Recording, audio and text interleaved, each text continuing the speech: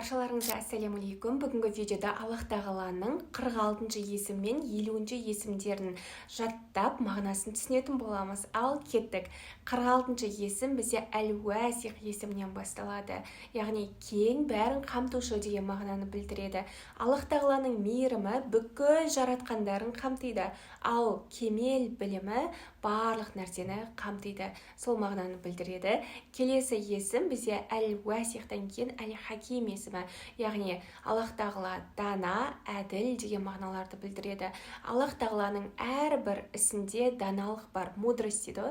Даналық бар және әрбір іске, әрбір құлына өте әділ болады. Және біз көп біле бермейтін нәрселер біз неге дейміз ғой, бірақ Аллах тағала егер басқа салатын болса, оның түбінде үлкен даналық жатыр. Ол даналығын Аллах тағала өзінің әл-хаким есімімен білдіріп тұр. Келесі есім бізде әл-уадуд есімі, сүйуші, сүйікті деген мағынаны білдіреді. Аллах тағала барлық жаратқандарын сүйеді және де соның ішінде ерекше сүйетін мүмін құлдарын жақсы көреді.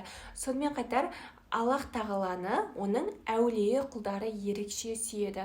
Соны әл-уадуд есімімен Аллах тағала бізге ашып тұр. Және де келесі есім әл-маджид есімі, даңқты, аса мәртебелі деген мағынаны білдіреді. Аллах тағаланың даңқы, мәртебесі шексіз, бұл дүниеде де, келесі дүниелерде де мәртебесі өте жоғары болып тұрады. Және де әл-маджид есіміне ұқсас әл-мәджид деген 66-шы есімі болады.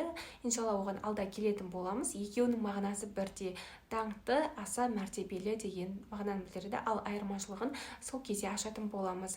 Және де соңғы 50-ші есімі әл-бағис есімі, яғни Аллах тағала қайта тірілтуші деген мағынаны білдіреді. Қиямет күні Аллах тағала барлық құлдарын, өлген құлдарын бәрін қайта тірілтеді. Яғни қиямет күні барлығы тұрады ғой. Сонымен қатар екінші мағынасы Аллах тағала өзі осы әрбір қауымға және де халыққа елшілерді, пайғамбарларды жіберуші деген мағынаны білдіреді әл-бағис есімі арқылы. Сонымен бүгінгі видео аяқталды. Бір рет қайталайық. Бірінші әл-уасиқ есімі, кең бәрін қамтушы. Келесі бізде әл-хаким есімі, дана, әділ деген білдіреді. Одан кейін әл-уадуд есімі, яғни Аллах тағала сүйуші, сүйікті. Келесі әл-маджид есімі, Аллах тағала аса даңқты, мәртебелі. Және де соңғы әл-бағис есімі, Аллах тағала қайта тірілтуші деген мағыналарды білдірді.